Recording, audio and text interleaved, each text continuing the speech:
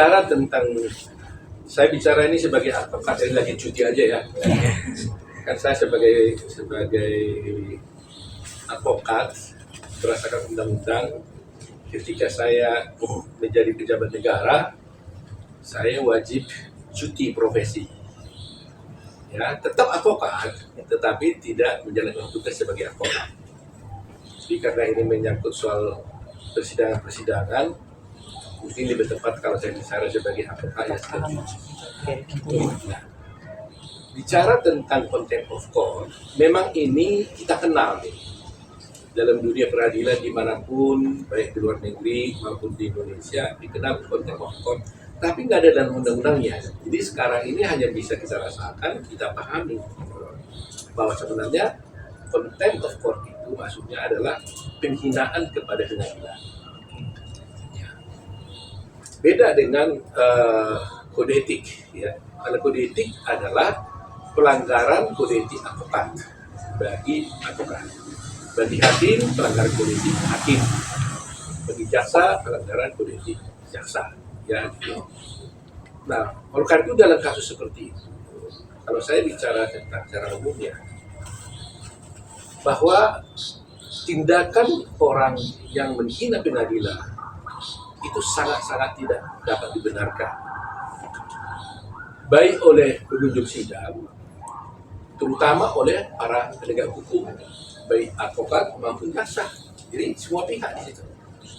Gak boleh kita melakukan penghinaan kepada pengadilan. Jadi kalau kalian bertanya tentang bagaimana kejadian kemarin, saya terus terang aja waktu kerja dari tadi bertanya pada saya nggak lihat detail sebenarnya kan. Saya nggak ngikutin cara detail. Tapi gara-gara dia tanya, saya perhatikan semua memang ternyata memang ada orang naik ke atas meja itu pakai toga menginjak-injak meja.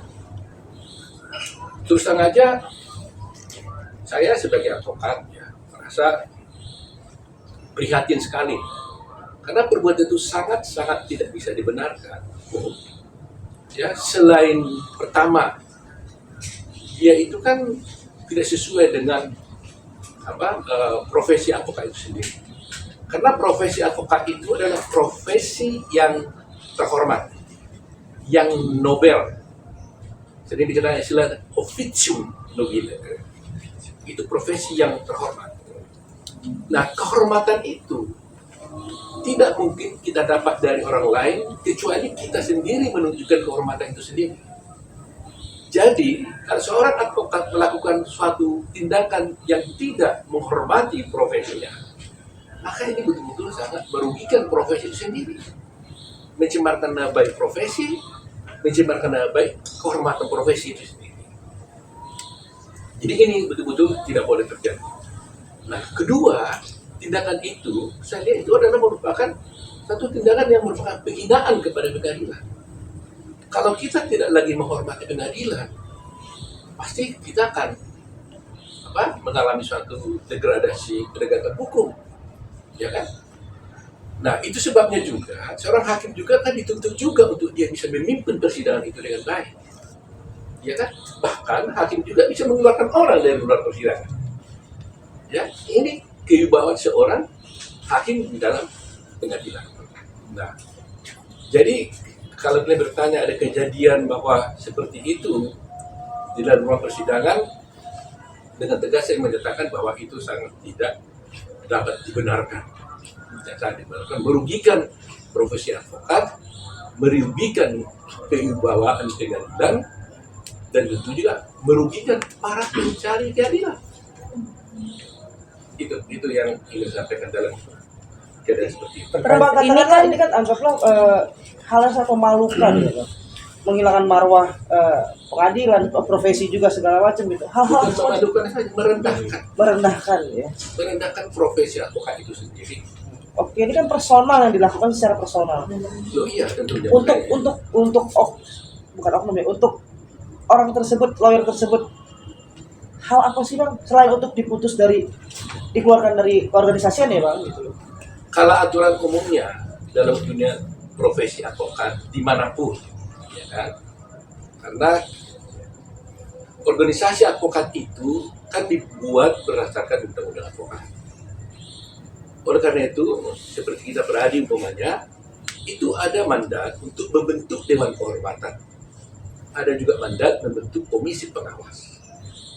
Dewan Kehormatan itu bertugas mengadili atau memeriksa suatu perkara kode etik yang dilaporkan kepada dia. Jadi dia hanya bisa memeriksa apabila ada pengaduan. Komisi pengawas itu bisa bertindak apabila dia lihat ada advokat yang bertindak diduga melakukan suatu pelanggaran, dia bisa langsung memanggil orang itu. Ya kan? Baru setelah itu bisa juga akhirnya dia membawa itu kepada Dewan Kehormatan. Tetapi persoalan ini sekarang kan tidak hanya di dalam organisasi advokat. Ini kan di pengadilan. Jadi sebenarnya yang harus kita pertanyakan kepada pengadilan, bagaimana sikap pengadilan terhadap hal yang seperti ini. Itu yang menjadi pertanyaan kita. Nah, ini mungkin terjadi akibat daripada terus terang aja perpecahan advokat ini, sehingga banyaknya advokat yang ada sekarang yang menimbulkan ketidakpastian terhadap penegakan hukum terhadap pelanggaran-pelanggaran seperti ini. Contoh, kalau dulu pertama kali berani saya dirikan, jelas itu Ketua Mahkamah Agung Bapak Girmanan dilanjutkan oleh Pak Hari Ketupat Ketua Mahkamah Agung kemudian itu menyatakan bahwa untuk bisa beracara di pengadilan harus memiliki kartu pengenal advokat yang dikeluarkan oleh Peradi. Nah, jadi kalau ada orang melanggar kode etik di sana, melanggar hukum, kalau Peradi menghukum dia mencabut izinnya, otomatis dia tidak bisa lagi berperkara di pengadilan. Itu. Dan di mana-mana juga seperti itu. Lisensinya dicabut, selesai. Sehingga kewibawaan organisasi itu terlihat. Dan itu membantu proses persidangan di pengadilan. Karena dengan kewibawaan organisasi advokat, maka pengadilan pun akan menjadi terhormat. Karena dijaga oleh organisasi advokat yang kuat. Nah, kalau organisasinya tidak sudah seperti ini, terjadi seperti ini, bagaimana? Bagaimana tindakan pengadilan? Karena kewenangan pengadilan hanyalah terbatas kepada penyumpahan advokat. Jadi umpamanya organisasi advokat mengangkat seseorang advokat, kemudian diajukan ke pengadilan untuk bersumpah di pengadilan tinggi. Karena undang-undangnya mengatakan seorang advokat sebelum menjalankan tugasnya, dia wajib bersumpah di pengadilan tinggi. Hanya satu pasal ini, campur tangan pengadilan kepada dunia advokat ini. Nah, dulu yang boleh mengajukan penyumpahan itu hanya Peradi. Nah, sekarang yang boleh mengajukan penyumpahan seluruh advokat. Nah, seandainya ada yang melanggar seperti menghina pengadilan, oleh organisasinya itu dicabut izinnya umpamanya, kemudian orang ini pindah ke organisasi advokat yang lain, kan nggak bisa diapa-apai juga, tetap dia bisa beracara. Yang lebih parah sekarang ini ada tendensi advokat setelah diangkat oleh satu organisasi advokat, kemudian disumpah oleh pengadilan tinggi, atas dia kan bisa beracara. Kemudian melanggar suatu seperti ini, melakukan menghina pengadilan. Dia menyatakan keluar dari semua organisasi manapun di atas. Umpamanya dia menjadi masuk di organisasi X. Dia bilang saya keluar. Dan tidak mendaftarkan dirinya sebagai advokat sebagai anggota daripada organisasi itu. Bayangin, siapa yang mengawasi dia? Ini yang betul-betul sangat berbahaya. Jadi ada satu individu mengaku diri sebagai penegak hukum, tidak terdaftar di organisasi advokat manapun, dia bebas berkeliaran melakukan perbuatan hukum apapun. Dan kalau dia menipu kliennya, dia tidak ada satu orang pun yang bisa menindak dia. Itu mengerikan. Karena itu tendensinya sekarang. Dia bilang, ngapain saya daftar jadi advokat organisasi apapun? Supaya saya bebas berbuat apa saja. Nah, ini berbahaya. Itu legal bang sekarang bang? Kenyataannya, faktanya banyak. Tapi dia tidak punya bas, Bang. Tidak punya bas. Dia punya bas. Oke. Katakanlah, diangkat dia oleh organisasi. jadi advokat kan, kemudian disumpah ke paling tinggi, kemudian berpraktek. Setelah itu dia keluar dari organisasi advokatnya. Lantas kalau dia melanggar kode etik, siapa yang mengadili? Kalau selama ini isunya kan dia pindah, masih mendingan di tempat lain dia bisa diadili. Ini enggak, dia enggak pindah, dia keluar, tidak mau jadi anggota organisasi advokat. Ini yang selalu saya serukan itu. Jadi ini yang harus dipertimbangkan oleh semua para pihak-pihak terkait. Bahayanya. Nah, akibatnya apa? Yang rugi pencari keadilan. Yang rugi klien-kliennya. Klien-klien itu kan pencari keadilan. Jadi bayangkan seorang advokat tidak terdaftar di dalam satu organisasi advokat, melakukan proses bantuan hukum, dia tipu kliennya, tidak ada yang bisa mengadili. Kecuali penipuan mungkin bisa dibawa ke polisi, tidak. Inilah yang berbahaya dalam sekarang ini. Mungkin nggak bang, ketika hal itu terjadi maka pengawasan itu ada di pengadilan tinggi karena relationship keluarnya dia beracara itu dari advokat itu kan tadi abang bilang pengadilan tinggi hanya satu ayat itu, satu pasal itu yang terlibat langsung di dalam organisasi advokat. Apakah dari pengawasan pengadilan tinggi ini bisa untuk pengadilan tinggi tidak punya kewenangan apapun mengawasi advokat. Kewenangan mengawasi advokat itu ada di dalam organisasi advokat. Makanya single bar kan, makanya kan undang-undang advokat dibuat. Bahkan di dalam undang-undang advokat disebutkan setiap anggota advokat, setiap advokat wajib menjadi anggota daripada organisasi advokat itu, wajib ya. Supaya apa? Ya supaya diawasi. ada kontrol? Karena dia diangkat oleh advokat itu, diberhentikan juga oleh organisasi advokat itu. Diangkat oleh organisasi advokat, diberhentikan oleh organisasi advokat. Nah sekarang kita angkat dia kemudian berpraktek sebagai advokat setelah disumpah oleh pengadilan tinggi, terus dia keluar dari organisasi advokat itu, bebaslah sih, bebas. Seperti dia bekerja di hutan belantara. Ini nggak dipikirkan orang. Nah tentunya ini harus menjadi perhatian kita. Karena kalau ini terus dibiarkan, akan korbanlah para pencari keadilan ini. Rakyat kita ini akan korban juga. Dan itu bisa kita ambil diri kita, ibu kita, adik kita, opung kita, semua bisa jadi korban. Jadi padanannya, gampangnya, kalau seorang dokter tidak punya kualitas, tidak punya kemampuan, tidak ada yang bisa mengawasi dia nyuntik orang mati, ya nggak ada masalah.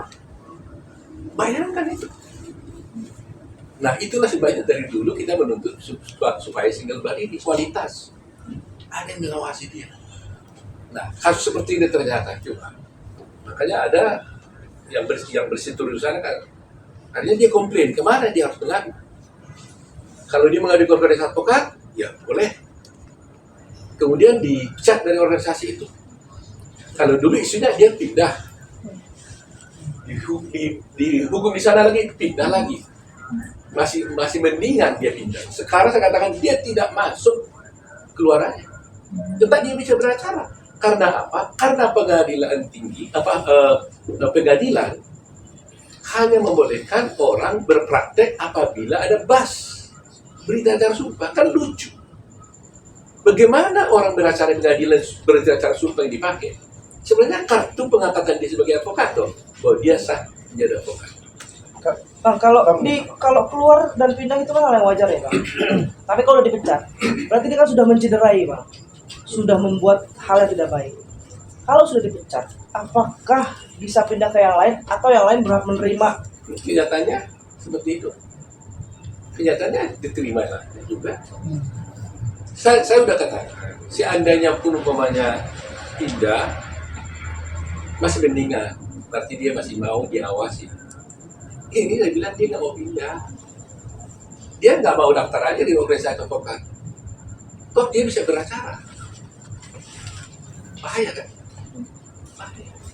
Jadi ada seorang penegak hukum bekerja menegakkan hukum, bisa menerima fee dari kliennya, tapi tidak satu pun yang bisa mengawasi dia. Bang, terkait sidang kisruh kemarin kan Bang Hotman Paris meminta langsung ke Pak Oto nggak Bang terkait meminta bantuan saat sidang kisruh kemarin? Kan kemarin udah sempet disonding tuh sama Bang Hotman, rekan saya Oto Hasibuan gitu. Ya, dia kan sahabat, teman sejawat. Dia ngomong di media, saya lihat juga dengar. Tetapi saya hanya terbatas, tentunya saya bisa membantu apa. Ini seperti saya sudah sampaikan tadi masalahnya, ya kan? Saya hanya bisa menjelaskan secara umum pernyataan saya seperti ini. Kalau ini kan saya bisa bertanggung jawabkan. Dan ini adalah tuntutan setiap orang, tuntutan semua rakyat Indonesia. Hendaknya seorang advokat itu adalah bermartabat, Nobel, terhormat, menjaga kode etik, ya, terus melindungi kliennya. Itu juga seorang advokat. Dan wajib menjaga kehormatan martabat pengadilan. Kita ini udah puluhan tahun jadi advokat ya. Saya bisa paham.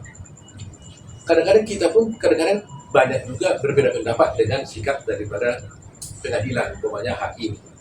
Yang namanya bersidang kan selalu ada perbedaan pendapat. Bisa juga kita jengkel, bisa, saya paham. Tetapi apapun yang terjadi, kami ini tidak pernah berani berbuat seperti itu. Tidak pernah. Dan tidak akan berani. Bahkan yang paling parah pun, yang paling serius pun kita lakukan, paling kita walk out. Kalau kita tidak setuju dengan suatu sikap pengadilan, paling kita walk out. Dan walk out pun kita harus terhormat. Kita sampaikan, Pak Hakim, kami tidak sependapat dengan ini. Oleh karena itu demi kepentingan klien kami, pembelaan kami, bla bla bla. Saya dengan ini mohon dengan hormat kami meninggalkan persidangan. Itu pun sebenarnya sudah sangat berat hati kita lakukan itu. Tapi tetap dengan hormat. Tidak boleh tuduh-tuduh kau begini-begini. Tidak bisa saja. Karena itu keluar pengadilan. Tetapi saya juga tentunya mengharapkan supaya pengadilan juga menjaga kehormatan itu.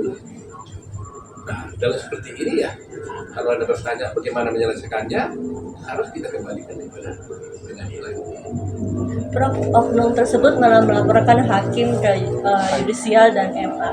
Boleh minta pendapatnya nggak, Prof? Ada yang aneh kan, maksudnya dia sudah salah tapi malah melaporkan ke yudisial dan ke MA.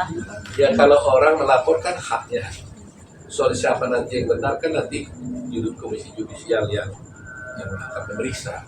Tapi kalau orang melapor, kalau dia merasa seseorang hakim diduga melakukan suatu pelanggaran, memang jalurnya dia harus melaporkanlah kepada komisi yudisial. Dia tidak bertindak naik ke atas meja, tapi pergi ke komisi yudisial. Ada satu contoh kasus dulu ya. Bila mudah-mudahan saya tidak lupa, itu kasusnya di Jakarta Utara juga. Ketua pengadilannya itu sekarang udah marhum mungkin Sareh Wiono, Ketua Pengadilan Negeri, masih ingat kali? Ada sesuatu pengacara di sana menurut dia itu tidak atau gimana ya, menganggap itu penghinaan pengadilan. Dia telepon saya sebagai ketua umum Pradi berarti itu. Dia telepon, "Oh itu gimana nih? Buatlah pengaduannya Pak." Dia buat, kita proses itu. Itu benar gitu. Nah, kalau itu tidak dia selesai, dia nggak bisa apa-apa lagi. Nah, tapi dengan sekarang ini saya yakin pengadilan akan mengalami kesulitan. Gitu. Sulit mungkin buat dia apa? Nah, kita tunggu lah ya. Itu bukan ranah saya. Kalau udah Mahkamah Agung kan udah boleh lah kita tampuli itu ranah Mahkamah Agung, pengadilan ranah pengadilan. Yang boleh hanya sampaikan karena ini memang dalam rangka penegakan hukum, wajib hukumnya saya memberi penjelasan kepada masyarakat. Apalagi